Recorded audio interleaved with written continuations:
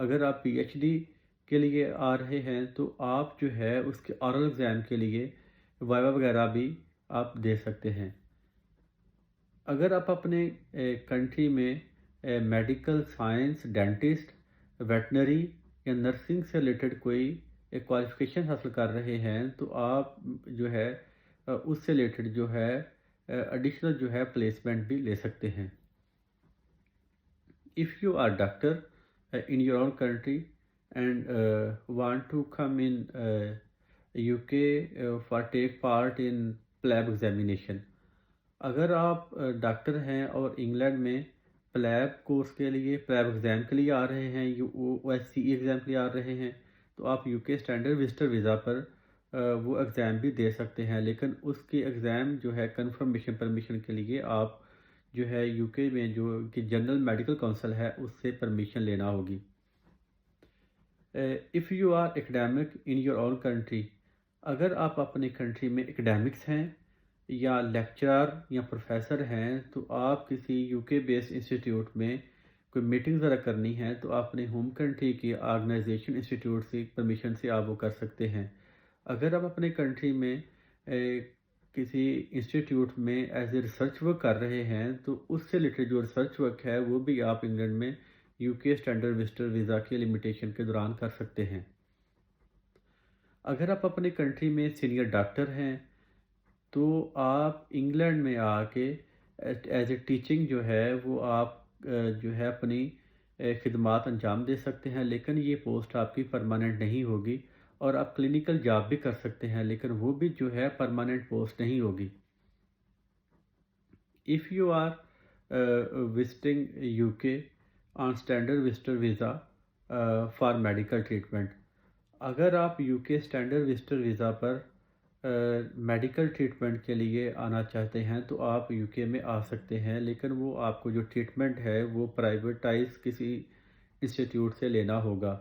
اگر آپ کی گورنمنٹ جو ہے آپ کے جو میڈیکل ایکسپینسز پرووائڈ کر رہی ہے تو آپ این ایچ ایس سے بھی لے سکتے ہیں۔ If you want to donate your organ to your any family member اور فیملی فرینڈ، اگر آپ اپنا کوئی آرگن کسی فیملی فرینڈ کو، کسی رشتہ دار کو انگلینڈ میں آ کے ڈونیٹ کرنا چاہتے ہیں تو آپ U K standard visitor visa پر وہ بھی ڈونیٹ کر سکتے ہیں، لیکن اس کا ایک الگ سے پروسیجر ہے جس کی آپ کے اپنے کنٹری میں اور یو کے میں جو میڈیکل آرگنائزیشن ہیں، جو میڈیکل ٹیمز ہیں، ان کی پرمیشن بھی ضروری ہے۔ Now I will tell you what you cannot do on UK standard visitor visa. اب میں آپ کو بتاؤں گا کہ اگر آپ کے پاس you K standard visitor visa ہے تو آپ کیا کچھ نہیں کر سکتے۔ آپ کسی بھی قسم کی کوئی الیگل ایکٹیویٹی نہیں کر سکتے، آپ اپنی جو ہے پرمیٹڈ سٹے سے اوور سٹے نہیں کر سکتے، آپ جو ہے کسی بھی قسم کی کوئی پبلک فنڈ کی ڈیمانڈ نہیں کر سکتے، آپ اپنے جو ہے جو الیگل ایکٹیویٹی نہیں کر سکتے، اور نہ ہی جو ہے آپ کسی قسم کا جو ہے میرج کنٹریکٹ یا سول پارٹنرشپ کر سکتے ہیں۔ اس کے لیے جو ہے آپ کو سیپریٹ ویزا جو چاہیے، جیسے کہ میرج ویزا چاہیے ہوتا ہے۔ آپ نے یہ میک شور کرنا ہے کہ آپ اپنے جو ہے ٹائم لمیٹیشن سے پہلے ہی، ختم ہونے سے پہلے ہی یو کے لیو کریں گے۔ And now I will tell you how you will show your eligibility to UK visa officer for UK standard visitor visa۔ اب میں آپ کو یہ بتاؤں گا کہ آپ نے اپنی ایلیجبلٹی، اپنی اہلیت کو کیسے شو کرنا ہے یو کے ویزا آفیسر کو کہ آپ اس اہل ہیں کہ آپ کو ویزا ایشو کیا جائے۔ آپ نے جو ہے سب سے پہلے جو اپنے اوریجنل ٹریول ڈاکومنٹس ہیں جیسے کہ پاسپورٹ وغیرہ وہ اپنی اپلیکیشن کے ساتھ پرووائڈ کرنے ہیں، اور جو آپ نے انفارمیشن پرووائڈ کرنی ہے وہ ٹوٹل ٹروتھ بیسڈ ہو، اور جو آپ نے ڈاکومنٹیشن پرووائڈ کرنی ہے ان کی ویریفائڈ کاپیز ہوں۔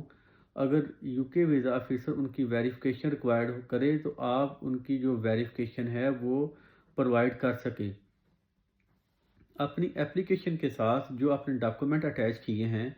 اگر ان میں کوئی ڈاکومنٹ بوگس یا کوئی فیبریکیٹڈ جو ویریفیکیشن کے دوران یو کے ویزا آفیسر کو فاؤنڈ ہو گیا تو آپ پہ 10 سال تک جو ہے اینٹی بین ہو سکتی ہے۔ اس لیے آپ نے کوئی بھی بوگس ڈاکومنٹ نہیں لگانا، وہی ڈاکومنٹ اٹیچ کرنا ہے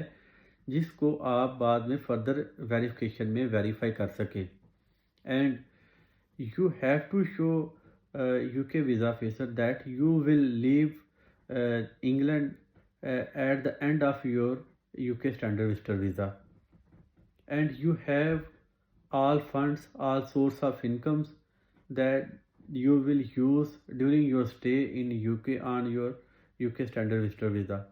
آپ نے یہ بھی بتانا ہے کہ میرے پاس وہ تمام سورس اور فنڈ جو ہیں وہ اویلیبل ہیں جو میں you K standard visitor visa میں انگلینڈ میں اسٹے کے دوران استعمال کروں گا. یعنی کہ اپنی اکاموڈیشن کے انٹری ایگزٹ جو ٹریول ٹرانسپورٹیشن ہے اس کے لیے جو اگر آپ ساتھ کوئی انڈیپینڈنٹ آ رہے ہے اس کے تمام ایکسپینسز اور جو دیگر جو ایکسپینسز ہے وہ آپ نے بتانے ہیں کہ میرے پاس جو ہیں فنڈز اویلیبل ہیں. اگر آپ کو کوئی اسپانسر کر رہا ہے تو آپ نے اس اسپانسر کی بھی تمام ڈیٹیلز پرووائڈ کرنی ہیں. گائز ایک بات آپ نے یاد رکھنی ہے کہ جب بھی آپ نے کسی کنٹری کو وزٹ کرنا ہے تو اس کے 3 سے 4 مہینے پہلے اگر آپ فریش وزٹر ہیں تو اس کی ڈاکومنٹیشن جو ہے وہ اس کے رولز اینڈ ریگولیشن کے مطابق آپ نے پریپیئر کرنی ہے. گائز میرا جو ویڈیو ریکارڈ کرنے کا پرپز ہے وہ یہی ہے کہ آپ میری ویڈیو سے کچھ نالج حاصل کر سکیں تاکہ جب بھی آپ کسی کنٹری کا جو ویزا فائل کرنے لگیں یا پروسیس کرنے لگیں کہ آپ کے پاس آلریڈی کوئی نہ کوئی انفارمیشن اویلیبل ہو. اور اگر آپ کو مزید کسی انفارمیشن کی نیڈ ہو تو آپ مجھ سے کانٹیکٹ کر سکتے ہیں, آپ مجھے کمنٹ کر سکتے ہیں. اگر آپ کو یہ ویڈیو پسند آئی ہو تو please like share and comment کیجیے گا. Thank you so much.